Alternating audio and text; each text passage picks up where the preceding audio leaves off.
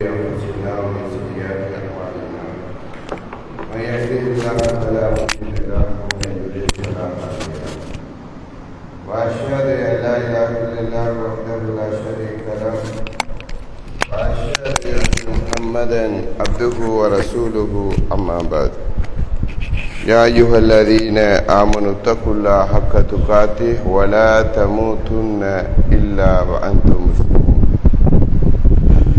فإن أصدق الحديث كتاب الله وخير الهدي هدي محمد صلى الله عليه وسلم وشر الأمور محدثاتها وكل محدثة بدعة وكل بدعة ضلالة وكل ضلالة في النار.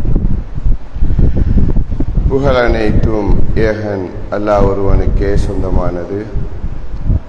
கருணையும் சலாமும் கண்மணி நபிகள் நாயகம் ஸல்லல்லாஹு அலைஹி வஸல்லம் அவர்கள் மீதிலும் அன்னவர்களுடைய வாழ்க்கை வழிமுறைகளை தங்கள் உயிரிலும் மேலாக ஏற்று பின்பற்றி வாழக்கூடிய அத்தனை நல்லடியார்கள் மீதிலும் உண்டாகட்டுமாக. பேரன்பார்ந்த இஸ்லாமிய சகோதரர்களே, அல்லாஹ்வின் நல்லடியார்களே, இன்றைய வெள்ளை குத்துபாவிலே வறுமை ஒழிப்புக்கு வழிகாட்டும் இஸ்லாம் என்ற தலைப்பின் கீழ் திருமறை குர்ஆனும் நபிகள் நாயகம் ஸல்லல்லாஹு அலைஹி வஸல்லம் அவர்களும் எடுத்து சொன்ன சில செய்திகளை உங்களோடு பகிர்ந்து கொள்ள நான் ஆசைப்படுகிறேன். அன்பான இஸ்லாமிய சகோதரர்களே, ஒரு மனிதன் தன்னுடைய வாழ்க்கையிலே சந்திக்கக்கூடிய மிக பிரதானமான பல்வேறு பிரச்சினைகளில் தலையாய ஒரு பிரச்சினை தான் வறுமை அல்லது ஏழ்மை என்று சொல்லக்கூடிய இந்த பிரச்சினை. ஒரு மனிதன் இந்த வறுமை அல்லது ஏழ்மை என்ற பிரச்சினைக்குள் சிக்கிக் கொள்கிற போது இந்த உலகத்திலே எதுவெல்லாம் விலை மதிக்க முடியாத ஒன்றாக இருக்கிறதோ அத்தகைய விடயங்களை கூட தூக்கி எறிந்து விடுவதற்கு அந்த மனிதன் தயாராகி விடுகிறான். இந்த உலகத்திலேயே மிக மிக உன்னதமான மிக சிரேஷ்டமான ஒரு சொத்து அல்லது ஒரு பேர் அருள் இருக்கும் என்றால் அதை நாங்கள் தீனுல் இஸ்லாம் என்று சொல்கிறோம். ஒரு மனிதனுக்கு ஏகத்துவம் கிடைப்பது, சத்தியம் கிடைப்பது, நேரான வழி இதுதான் என்ற அந்த வழிகாட்டுதல் ஒரு மனிதனுக்கு கிடைப்பதுதான் இந்த உலகத்திலே இந்த ஒட்டுமொத்த உலகமும் கிடைப்பதை விட எங்களுக்கு சிறந்தது.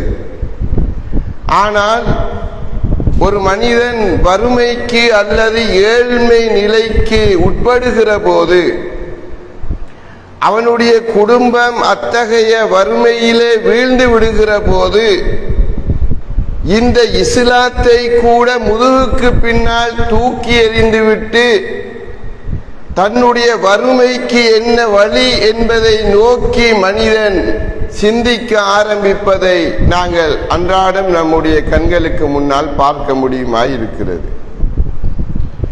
இன்று நம்முடைய கண்களுக்கு முன்னால் இந்த நாட்டில் கூட எத்தனையோ மதமாற்ற நிகழ்வுகள் நடந்து கொண்டு இருக்கின்றன. அவ்வாறு நடைபெறக்கூடிய மதமாற்றங்களில் ஒரு கணிசமான அளவு வறுமைக்கு கீழால் வீழ்ந்து கிடக்கிற முஸ்லிம்களில் சிலர் தன்னுடைய இயலாமையை அல்லது ஏழ்மையை போக்கிக் கொள்வதற்காக மதம் மாறி செல்லுகிற ஒரு பரிதாபமான நிலையை இந்த சமூகத்திலே நாங்கள் பார்க்கிறோம். ஏனென்றால் பசிக்கு முன்னால், வறுமைக்கு முன்னால், பொருளாதார கடன் ஏற்ற இரக்கங்களுக்கு முன்னால் இந்த மார்க்கம், மறுமை, மஹ்ஷர் மைதானம், சொர்க்கம், நரகம் என்பது எல்லாம் அவனுக்கு இரண்டாம் பட்சமாக மாறிவிடுகிறது. எனவே தான் உலகத்திலே மார்க்கத்தை துறந்தாவது பணத்தை திரட்ட வேண்டும், வறுமையை போக்க வேண்டும், என் குடும்ப உறுப்பினர்களுடைய கண்ணீரை துடைக்க வேண்டும் என்பதை மனிதன் தேர்ந்தெடுத்துக் கொள்கிறான் என்றால் இந்த வறுமை என்பது எந்த அளவுக்கு பயங்கரமானது என்பதை நீங்கள் சிந்தித்து பாருங்கள். அல்லாஹ்வின் தூதருடைய காலத்துக்கு பின்னால் அல்லாஹ்வின் தூதருடைய மரணத்தோடு முஸ்லிம் உம்மத் ஒரு மிகப்பெரிய ஒரு ஃபித்னாவை சந்தித்தது. அதுதான் ஒரு கூட்டம் அடம் பிடித்தார்கள், நாங்கள் ஜக்காத் என்ற கடமையை வழங்க மாட்டோம் என்று. அவர்கள் அப்படி முர்த்ததுகளாக மதம் மாறி சென்றார்கள். அந்த நேரத்திலே அந்த ரித்தாவுக்கு எதிராக, அந்த முர்த்ததுகளுக்கு மதம் மாறியவர்களுக்கு எதிராக அபூபக்கர் ரலியல்லாஹு அன்ஹு அவர்கள் மிக கடுமையான போராட்டத்தை முன்னெடுத்து முஸ்லிம் சமுதாயத்தை மீட்டெடுத்தார்கள். இன்றைய நவீன உலகிலே பொருளாதார ஏற்றத்தாழ்வு, கடன் தொல்லைகள், வறுமை, ஏழ்மை காரணமாக இந்த மார்க்கத்தை விட்டு விலகிச் செல்லுகின்ற விகிதாசாரம் அதிகரித்து வருகின்ற இந்த சூழ்நிலையில் இந்த வறுமைக்கு எதிராக போராடி இந்த உம்மத்தினுடைய ஈமானை பாதுகாப்பதற்குண்டான திட்டங்களை வகுக்கின்ற செல்வந்த அபூபக்கர்கள் காலத்தின் தேவை என்பதை நாங்கள் மறந்துவிடக் கூடாது. அத்தகைய செல்வந்தர்களை, தயாள உள்ளம் படைத்த மனிதர்களை உருவாக்குவது காலத்தின் அவசியம் என்பதை நாங்கள் மறந்துவிடக் கூடாது. இது ஒரு சன்மார்க்க கடமை. எனவே வறுமை என்பது மிக பயங்கரமானது. வறுமை எந்த அளவுக்கு ஒரு மனிதனை இட்டு செல்லும் என்றால், ஒரு பெண்ணுடைய கற்பை கூட விலை பேசுகிற அளவுக்கு வறுமை இட்டு செல்லும் என்று நபிமொழி எங்களுக்கு சான்று பகர்வதை நாங்கள் பார்க்கலாம். நீங்கள் அனைவரும் அறிந்த ஒரு செய்திதான். 3 தோழர்கள் அல்லாஹ்வின் தூதருடைய காலத்துக்கு முன்னால் அல்லாஹ்வின் தூதர் இந்த செய்தியை சொல்லி காட்டுகிறார்கள். 3 தோழர்கள் பயணிக்கிற போது மழை பொழிகிறது, ஒரு குகையுள் சிக்கிக் கொள்கிறார்கள், பாறை அடைத்துக் கொள்கிறது. 3 பேரும் என்ன முடிவெடுத்தார்கள்? எங்கள் வாழ்நாளில் நாங்கள் அல்லாஹ்வுக்காக என்று செய்த சில அமல்கள் இருக்கும் அல்லவா, அதை முன்வைத்து அல்லாஹ்விடம் நாங்கள் உதவி கேட்போம், துஆ செய்வோம், அல்லாஹ் எங்களை இந்த பிரச்சனையில் இருந்து விடுவிக்கலாம். அதில் ஒருவர் என்ன கோரிக்கை வைத்தார்? என்னுடைய உறவுக்கார ஒரு பெண் இருந்தால், இக்கட்டில் சிக்கிக் கொண்டால், வறுமையில் சிக்கிக் கொண்டால், அவளுக்கு பொருளாதார தேவை இருந்தது, என்னிடம் உதவி கேட்டு வந்தால், நான் அவள் மீது மையல் கொண்டிருந்தேன், ஆசை கொண்டிருந்தேன், அவளை அடைய வேண்டும் என்ற எண்ணத்தில் இருந்தேன். அவளுடைய இக்கட்டான நிலையை பயன்படுத்தி நான் உனக்கு உதவினால் என் ஆசைக்கு நீ இசைய வேண்டும், இணங்க வேண்டும் என்று கோரிக்கை வைத்தேன். அவள் சம்மதித்தால் வேறு வழி இல்லாமல். இருவரும் தப்பு செய்கிற நிலை வருகிற போது அந்த பெண் அல்லாஹ்வை அஞ்சிக்கொள் என்றால், உன்னுடைய அச்சத்தினால் நான் விலகிக் கொண்டேன். அந்த இருவரிடமும் ஈமானும் இறையச்சமும் இருந்த காரணத்தினால் அல்லாஹ் தஆலா அந்த இருவரையும் அந்த விபச்சாரத்திலிருந்து பாதுகாத்தான். ஆனால் அந்த நபிமொழி எங்களுக்கு உணர்த்துகிற இன்னொரு பக்கம் இருக்கிறது. அந்த பெண் ஈமானிய பெண்ணாய் இருக்கிறார், இறையச்சம் உள்ள பெண்ணாக இருக்கிறார். எனவே தான் இத்தகில்லா, அல்லாஹ்வை அஞ்சிக்கொள் என்று அந்த மனிதனை அவள் எச்சரித்தாள். ஆனாலும் இறையச்சம் உள்ளத்தில் இருந்தாலும் அந்த விபச்சாரம் என்ற செயலை நோக்கி அவளை சம்மதிக்க வைத்தது எது? அவளுடைய இக்கட்டான பொருளாதார நிலை, அவள் சந்தித்த வறுமை, அவள் எதிர்கொண்ட ஏழ்மை நிலை, குடும்ப நிலை. எனவே ஒரு வறுமை என்பது, ஏழ்மை என்பது, கையிலே காசு பணம் இல்லாமல் வீட்டிலே உள்ளவர்கள் வடிக்கிற அந்த படுகிற அவஸ்தையை காணுகிற போது ஒரு பெண் ஒரு விதவையா இருக்கலாம், விதவை அல்லாத ஒரு பெண்ணாக இருக்கலாம், தன்னுடைய கற்பை இழந்தாவது குடும்பத்தின் ஏழ்மையை பாதுகாக்க வேண்டும், மீட்க வேண்டும் என்ற முடிவுக்கு அவள் வருவாள். பல பெண்கள் இவ்வாறு தள்ளப்படுவதை நாங்கள் பார்க்கலாம். எனவே வறுமை என்பது ஒரு பெண்ணினுடைய கற்பை கூட விலை பேசக்கூடிய அளவுக்கு கொண்டு போகின்ற அளவுக்கு மிக பயங்கரமானது என்பதை நாங்கள் மறந்துவிடக் கூடாது. அது மாத்திரமல்ல, வறுமை என்பது தற்கொலையையும் கொலையையும் கூட உருவாக்குகின்ற ஆற்றல் படைத்தது. ஒரு மனிதன் தன்னுடைய உயிரை மாய்த்துக் கொள்வதற்கும் இன்னொருவனுடைய உயிரை பறிப்பதற்கும் கூட இந்த ஏழ்மை வறுமை ஒரு காரணமாக மாறிவிடுகிறது. இதையும் அல் குர்ஆன் எங்களுக்கு சொல்லி காட்டுகிறது. சூரத்துல் இஸ்ரா 17வது அத்தியாயம் 31வது வசனத்தை புரட்டி பாருங்கள். அல்லாஹு தஆலா சொல்கிறான், வலா தக்துலு அவுலாதக்கும் ஹஷ்யத இம்லாக், வறுமைக்கு அஞ்சி பயந்து உங்கள் குழந்தைகளை நீங்கள் கொலை செய்து விடாதீர்கள். நஹ்னு நர்சுகுஹும் வ இய்யாக்கும், அவர்களுக்கும் உங்களுக்கும் நாங்கள் தான் ரிஸ்க் அளிக்கிறோம், வாழ்வாதார வசதிகளை ஏற்படுத்தி தருகிறோம். அந்த காலத்திலே ஒரு குடும்பத்தில் நிலவுகிற வறுமை ஏழ்மை நிலை தங்கள் பிள்ளைகளினுடைய உயிரை கூட பறிப்பதற்கு அவர்களை கொண்டு போய் நிறுத்தியது. இந்த சமூகத்தில் வந்த நிலையை நாங்கள் பார்க்கலாம். எத்தனையோ குடும்பங்களில் கடன் தொல்லை தாங்க முடியாமல் தாய் தந்தை பிள்ளைகள் சகிதம் ஒட்டுமொத்த குடும்பமும் தற்கொலை செய்து உயிரை மாய்த்து கொள்ளுகின்ற நிகழ்வுகள் இந்த நாட்டிலே அரங்கேறிக் கொண்டிருக்கிறது. முஸ்லிம் உம்மத்துக்குள்ளே அரங்கேறிக் கொண்டிருக்கிறது. ஒரு பிள்ளை பிறந்து விட்டால் அந்த பிள்ளையை வளர்க்க முடியாமல் இது நாளைக்கு நமக்கு சிக்கலாக, பொருளாதார பிரச்சனையாக இது ஆகிவிடுமோ என்று பயந்து கருவிலேயே கலைக்கக்கூடிய, அதை தாண்டி பிறந்தால் சிசுவிலே கொன்று வீசக்கூடிய மனிதநேயமற்ற மனிதர்களை உருவாக்குகின்ற ஒரு பலமான ஆயுதமாக இந்த வறுமை இன்று மாறி போயிருப்பதை நாங்கள் பார்க்கிறோம்.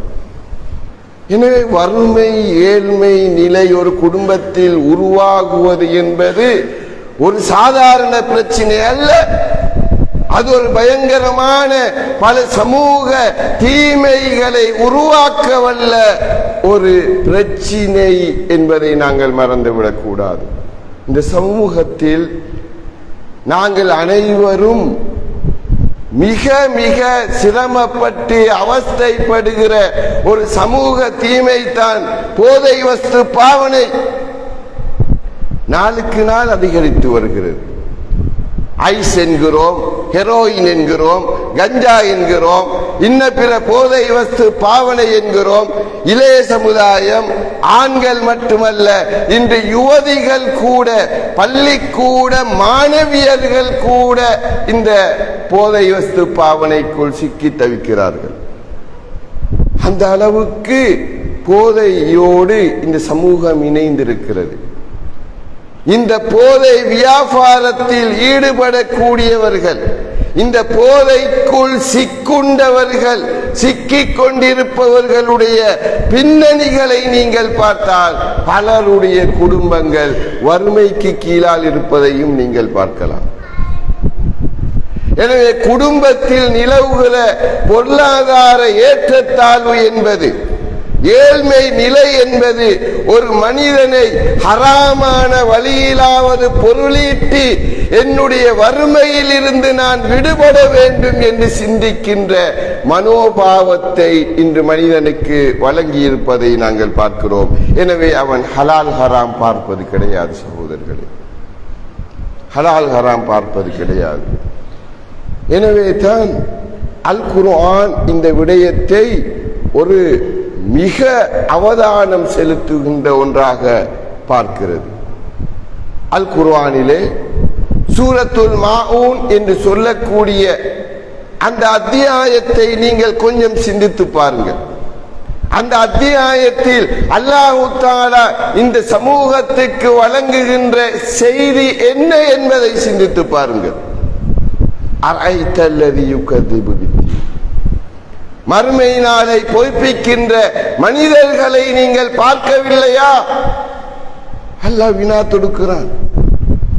மறுமை நாளை பொய்ப்பிக்கின்ற, அதை ஏற்க மறுக்கின்ற அந்த மனிதர்களை நீங்கள் பார்க்கவில்லையா? யார் அந்த மனிதன்? யார் மறுமையை பொய்ப்பிக்கின்றவர்கள்?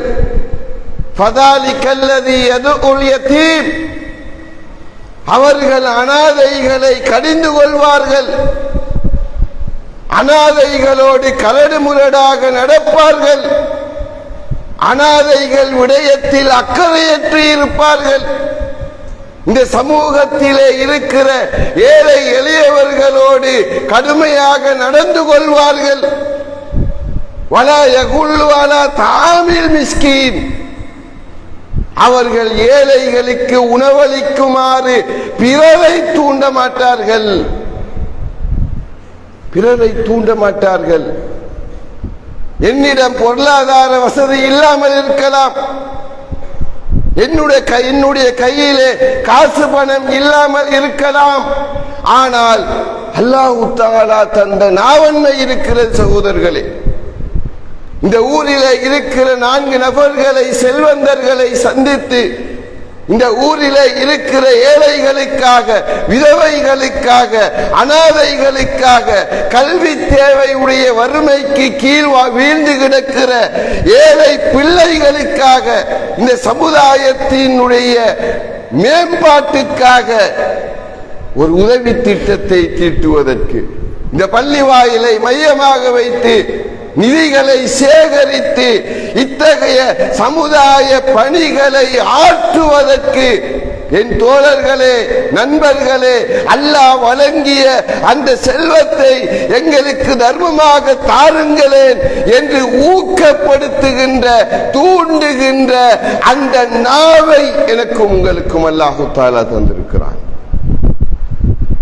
அந்த உணர்வு கூட ஒருவனுக்கு இல்லாமல், அனாதைகள் விடயத்தில் அக்கறை செலுத்தாமல், பசியிலே எவன் வீழ்ந்து கிடந்தால் எனக்கு என்ன, எத்தனை வேளை உணவில்லாமல் பட்டினியோடு வாடினால் எனக்கு என்ன, எத்தனை பிள்ளைகள் இந்த ஊருக்குள்ளே திறமை இருந்தும் கல்வி கற்க வசதி இல்லாமல் அவர்கள் வீதியோர கடைகளில் அவர்கள் கூலி தொழிலாளிகளாக மாறினால் எனக்கு என்ன என்ற சிந்தனையோடு, ஒரு குறுகிய நெஞ்சோடு, உள்ளத்தோடு நாங்கள் வாழ்வோம் என்றால், நாங்கள் 5 வேளை தொழுதாலும் நாங்கள் மறுமையை மறுக்கக்கூடியவர்கள் என்று குர்ஆன் சொல்கிறது.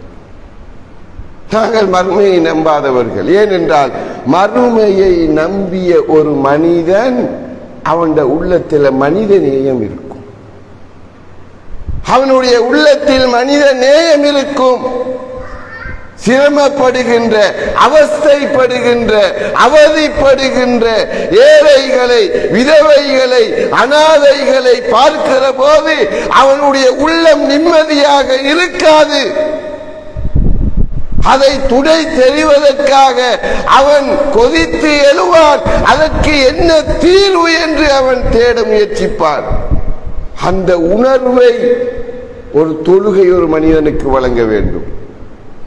அந்த உணர்வில்லாத வெறுமனே குனிந்து எழும்புகின்ற ஒரு சடங்காக தொழுகை மாறும் என்றால் ஃபவைலுல் முஸல்லீன், எனவே அத்தகைய தொழுகையாளிகளுக்கு கேடு உண்டாகட்டும் என்று குர்ஆன் சொல்கிறது. கேடு உண்டாகட்டும். அவர்கள் தொழுத போதிலும் அடுத்தவர்களுக்கு காண்பிக்க தொழுகிறார்கள்.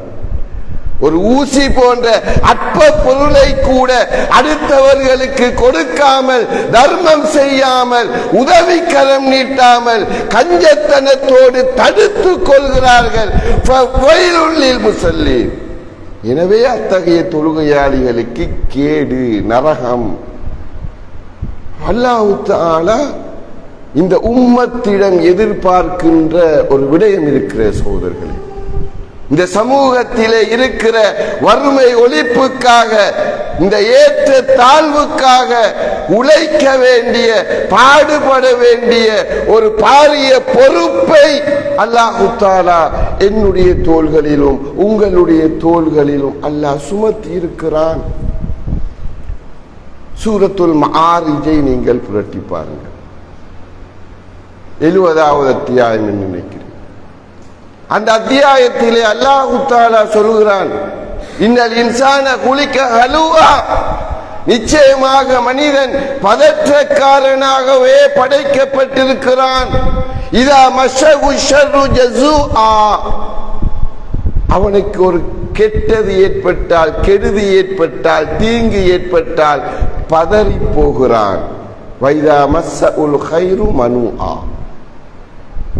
அவனுக்கு ஏதாவது நலவு கிடைத்து விட்டால் அதை அடுத்தவர்களுக்கு கொடுக்காமல் அதை தடுத்துக் கொள்கிறான், கஞ்சத்தனம் காட்டுறான். கெட்டது நடந்தால் திடுக்கம் அடைகிறான். ஏதாவது சொத்து சுகம், காசு பணம் கையில் குவிந்து விட்டால் யாருக்கும் கொடுக்காமல் தடுத்துக் கொள்கிறான். இல்லல் முஸல்லீன், தொழுகையாளிகளை தவிர, தொழுகையாளிகளை தவிர. நாங்கள் தொழுகையாளி என்றால் எங்களுடைய உள்ளத்தில் பதற்றம் இருக்காது. நாங்கள் தொழுகையாளி என்றால் எங்களுடைய உள்ளத்தில் கஞ்சத்தனம் இருக்காது. நாங்கள் தொழுகையாளி என்றால் ஏழைகள் விடயத்தில் நாங்கள் அக்கறையோடு இருப்போம். அந்த தொழுகையாளியிட பண்பு என்ன தெரியுமா? வல்லதீன ஃபீ அம்வாலிஹிம் ஹக்கும் மஅலூம், யாருக்கு? லிஸ்ஸாயிலி வல் மஹ்ரூம். அந்த தொழுகையாளிகளுடைய சொத்திலே ஒரு ஹக்குன் மஅலூம், குறிப்பிடத்தக்க ஒரு பங்கு இருக்கிறது. ஒவ்வொரு தொழுகையாளிட சொத்திலையும் ஒரு குறிப்பிட்ட பங்கு அவன் ஒதுக்க வேண்டும். யாருக்காக? லிஸ்ஸாயிலி, யாசிப்பவர்களுக்காகவும், வல் மஹ்ரூம், ஏழைகளுக்காகவும். இது ஒரு சமூக கடமை. ஒவ்வொரு முஸ்லிமின் மீதும் இஸ்லாம் விதியாக்கி இருக்கின்ற ஒரு கடமை. இந்த இடத்தில் நாம் எல்லோரும் தொழுகையாளிகள் தானே. எத்தனை தொழுகையாளிகள் இது ஒரு சன்மார்க்க கடமை என்பதை உணர்ந்து எந்த தொழுகை நான் தொழுகையாளி என்றால் என்ற சொத்துல இருந்து இந்த சமூக ஏழைகளுக்காக நான் ஒதுக்கிய தொகை எவ்வளவு? அல்லாஹ் சொல்றானே, ஹக்குன் மஅலூம், ஒரு குறிப்பிட்ட தொகை அவர்கள் ஒதுக்குவார்கள் ஏழைகளுக்காகவும் யாசிப்பவர்களுக்காகவும் என்று. எத்தனை பேர் ஒதுக்கி இருக்கிறோம்? எத்தனை பேர் அந்த சமுதாய அக்கறையோடு வாழ்ந்து கொண்டிருக்கிறோம்? எனவே வறுமை ஒழிப்புக்காக போராடுவது என்பது இந்த சமூகத்தின் மீது விதியாக்கப்பட்ட ஒரு கடமை. அதற்கு தனியான விசாரணை உண்டு என்பதை நாங்கள் மறந்துவிடக் கூடாது.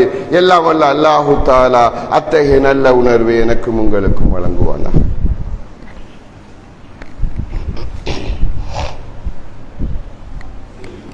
இன்னல் ஹம்தலில்லாஹ். பேரன்பார்ந்த இஸ்லாமிய சகோதரர்களே, அல்லாஹ்வின் நல்லடியார்களே, இந்த இரண்டாவது குத்துபாவிலே வறுமை ஒழிப்புக்கு இஸ்லாம் சொல்லக்கூடிய தீர்வுகள் சிலதை மிக சுருக்கமாக உங்களுக்கு முன்வைக்க நான் ஆசைப்படுகிறேன். முதலாவது தீர்வு, அல்லாஹ்வின் தூதர் ஸல்லல்லாஹு அலைஹி வஸல்லம் அவர்கள் சொன்ன செய்தி சஹீஹ் புகாரியிலே 1445வது இலக்க செய்தியாக பதிவு செய்யப்பட்டிருக்கிறது. அலா குல்லி முஸ்லிமின் சதகா. அல்லாஹ்வின் தூதர் சொன்னார்கள், ஒவ்வொரு முஸ்லிமின் மீதும் சதக்கா கொடுப்பது, தர்மம் செய்வது கட்டாய கடமை என்றார்கள். கட்டாய கடமை. தொழுவது எப்படி கடமையோ, நோன்பு நோட்பது எப்படி கடமையோ, ஹஜ்ஜி, ஜக்காத் இது எல்லாம் எப்படி கடமையோ, இது போன்று ஒவ்வொரு முஸ்லிமின் மீதும் இஸ்லாம் விதியாக்கிய ஒரு கட்டாய கடமைகளில் ஒன்று சதக்கா, தர்மம் செய்வது கட்டாய கடமை. நபித்தோழர்கள் கேட்டார்கள், யா நபி அல்லாஹ், அல்லாஹ்வின் நபியே, எங்களில் ஒருவருக்கு காசு பணம் கையில் இல்லை, வசதி வாய்ப்பு இல்லை, நாம் எப்படி தர்மம் செய்வது? அல்லாஹ்வின் தூதர் சொன்னார்கள், வசதி இல்லாதவர் ஒரு கூலி தொழிலை செய்யட்டும், ஒரு கூலி தொழிலை செய்யட்டும்.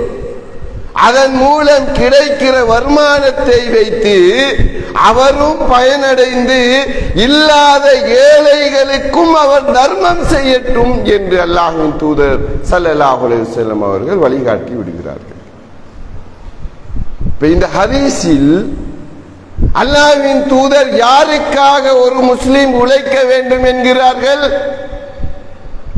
என்னுடைய குடும்பத்திற்காக மட்டுமல்ல, என்னுடைய மனைவி பிள்ளைகளுக்காக மட்டுமல்ல, இந்த சமூகத்திலே இருக்கிற ஏழைகளுக்காக, வறுமையில் தேவையில் வாடுகின்றவர்களுக்காக ஒரு முஸ்லிம் உழைக்க வேண்டும். வசதி இல்லாமல் கூலி வேலை செய்தாவது அவர்களுக்கு உதவ வேண்டும் என்று சொல்கிறார்கள் என்றால் இஸ்லாம் எந்த அளவுக்கு வறுமையை போக்குவதற்கு வழிகாட்டுகிறது என்பதை நாம் சிந்திக்க வேண்டும். எனவே வறுமையை போக்குவதற்கு இஸ்லாம் சொல்லுகிற முதல் வழி அஸ்ஸதகா, தர்மம். நிறைய தர்மம் செய்ய வேண்டும். எனவே தான் குர்ஆன் எங்களுக்கு சொல்கிறது, ஒரு மனிதன் உயிர் பிரிகிற சக்கராத்து, அந்த சக்கராத்து ஹால், உயிர் பிரிகிற நேரம் அல்லாஹ் கிட்ட எதை கேட்பான்? அல்லாஹ் கிட்ட எதை கெஞ்சுவான்?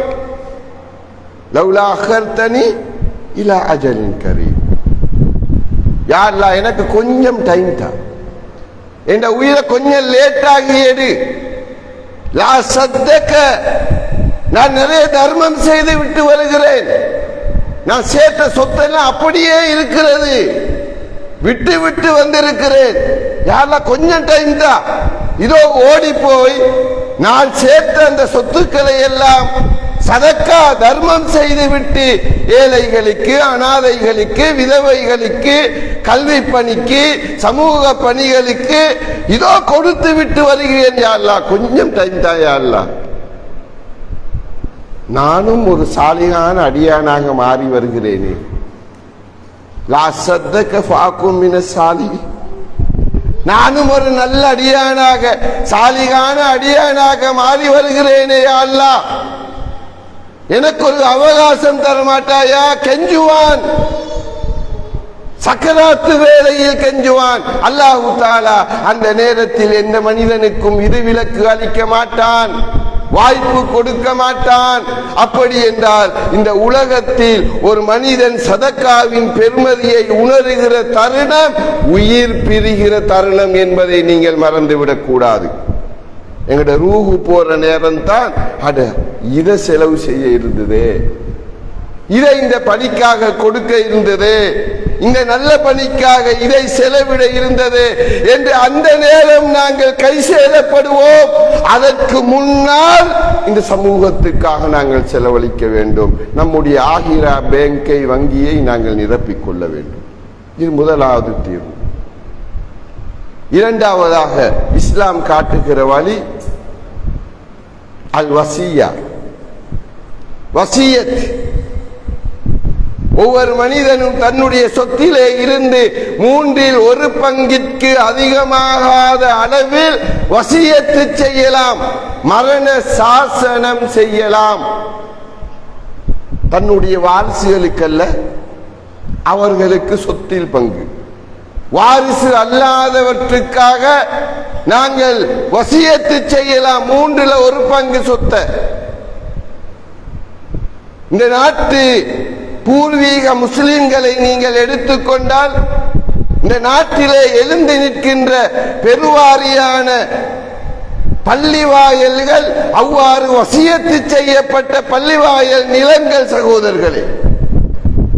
நகர்ப்புறங்களில் மிக பிரம்மாண்டமாக எழுந்து நிற்கிற எத்தனையோ ஏக்கர் கணக்கான நிலங்களோடு கூடிய மஸ்ஜிதுகள் நம்முடைய முன்னோர்கள் வசியத்து செய்த இந்த சமூகத்துக்கு கொடுத்த சொத்துக்கள். இந்த நாட்டிலே இருக்கிற எத்தனையோ அரபு கலாசாலைகள், அது கஃபூரியாவாக இருக்கலாம், அது கல்லெலிய பெண்கள் பாடசாலையாக இருக்கலாம், அது புத்தளம் காசிமியாவாக இருக்கலாம். இப்படி இந்த நாட்டிலே இருக்கிற எத்தனையோ அரபு கலாசாலைகள்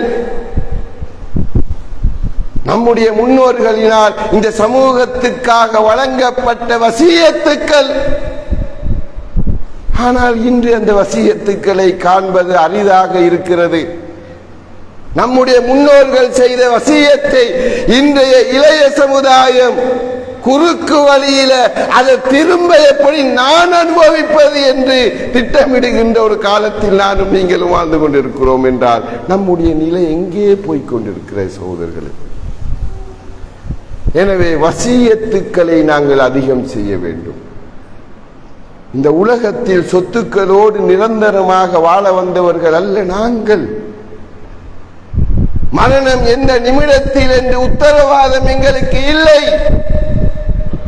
அப்படி என்றால் அந்த மறுமையினுடைய நிலையான வாழ்க்கைக்காக இந்த உலகத்தில் நான் சேர்த்த சொத்தில் ஒரு 1/3 சமுதாய பணிகளுக்காக இந்த மஸ்ஜிதுக்கு நான் வழங்குகிறேன் என்று ஒரு மனிதன் மனமு வந்து தர்மத்தை வசியத்தை செய்கிற போது அவனுடைய நன்மையின் எடை எப்படி அதிகரிக்கப் போகிறது? இது இரண்டாவது வழிகாட்டுதல். மூன்றாவது வராசத். குடும்ப ரீதியாக பொருளாதாரத்தை பலப்படுத்துகின்ற இஸ்லாத்தினுடைய அற்புதமான வழிகாட்டுதல். இஸ்லாம் சொல்லுகிற சொத்து பங்கீடு பற்றிய சட்டதிட்டங்கள். குர்ஆன் ஒரு மனிதன் மரணித்து விட்டால் அவனுடைய சொத்துல இருந்து கணவனுக்கு எவ்வளவு, மனைவிக்கு எவ்வளவு, ஆணுக்கு எவ்வளவு, பெண்ணுக்கு எவ்வளவு, நானா தம்பிமார் இருந்த அவங்களுக்கு என்ன, இதையெல்லாம் அல் குர்ஆன் தெள்ள தெளிவாக வரையறுத்து சொல்லி இருக்கிறது. இந்த அடிப்படையில் சொத்துக்களை பிரிக்காதவன் நரக நெருப்பை அனுபவிக்க வேண்டி வரும் என்று எச்சரிக்கிறது. மார்க்கம் சொன்ன அடிப்படையில் எங்கள் சொத்துக்களை பிரிக்கின்ற அந்த உரிமை இந்த நாட்டு முஸ்லிம்களுக்கு முஸ்லிம் தனியார் சட்டத்தில் வழங்கப்பட்டிருக்கிறது. அதுதான் அற்புதம். அவ்வளவு பெரிய வாய்ப்பை கையில் வைத்திருக்கிற நாம் எத்தனை பேர் மார்க்கம் சொன்ன அடிப்படையில் சொத்தை பிரித்தெடுத்துக் கொண்டிருக்கிறோம்? கொஞ்சம் யோசிங்க. இந்த நாட்டு அரசாங்கமும் அதுக்கு தடை விதிக்கவில்லை. மார்க்கமும் நீ கட்டாயம் இப்படித்தான் சொத்தை பிரிக்கணும், இல்லாட்டி ஹாலிதன் ஃபீஹா நரகத்தில் நிலையாக இருக்க வேண்டி வரும் என்று பயங்கரமான ஒரு எச்சரிக்கையையும் விடுகிறது. ஆனால் உங்கள் மனசாட்சியோடு நீங்கள் பேசுங்கள். இந்த இடத்துல இருக்கிற எத்தனை பேர் மார்க்கம் சொன்ன அடிப்படையில் சொத்தை கையில வச்சு நிற்கிறோம், அனுபவித்துக் கொண்டிருக்கிறோம்? இல்லை. மார்க்கம் சொன்ன அடிப்படையில் நம்முடைய சொத்துக்கள் பிரிக்கப்பட்டிருந்தால் இந்த சமூகத்தில் எத்தனையோ குடும்பங்களுக்குள் ஏழைகள் உருவாகி இருக்க மாட்டார்கள். அவர்களுக்கு அந்த சொத்து கையிலே கிடைத்திருக்கும். அந்த இளைஞன் வெளிநாட்டுக்கு போக வேண்டிய தேவையில்லை சகோதரர்களே. அந்த ஆண் வெளிநாட்டில் தன்னுடைய இளமையை இழக்க தேவையில்லை. மனைவியை விட்டு, பிள்ளைகளை விட்டு, ஊரை விட்டு, உறவுகளை விட்டு, இந்த உலகத்தினுடைய அத்தனை இன்பங்களையும் அறுத்தெறிந்து விட்டு ஒரு மத்திய கிழக்கு பாலைவன பெருவழியிலே சென்று அவஸ்தைப்படுகின்ற ஆண்கள் அந்த பிரச்சினைக்கு உள்ளாக வேண்டிய தேவை இருந்திருக்காது. இந்த சொத்துக்கள் முறையாக பிரிக்கப்பட்டிருந்தால் இஸ்லாம் இதை ஒரு தீர்வாக சொல்கிறது. 3. 4வது கூட்டு ஜக்காத். ஒவ்வொரு பள்ளி வாயில்களை மையமாக வைத்து இந்த ஊரிலே உள்ள தனவந்தர்களிடம் இருந்து வருடா வருடம் சேகரிக்கப்படுகின்ற அந்த ஜக்காத்தை முறையாக திட்டமிட்டு இந்த ஊருக்குள் விநியோகம் செய்தால் எத்தனையோ ஏழைகளுடைய தேவைகளை நம்மால் பூர்த்தி செய்ய முடியும்.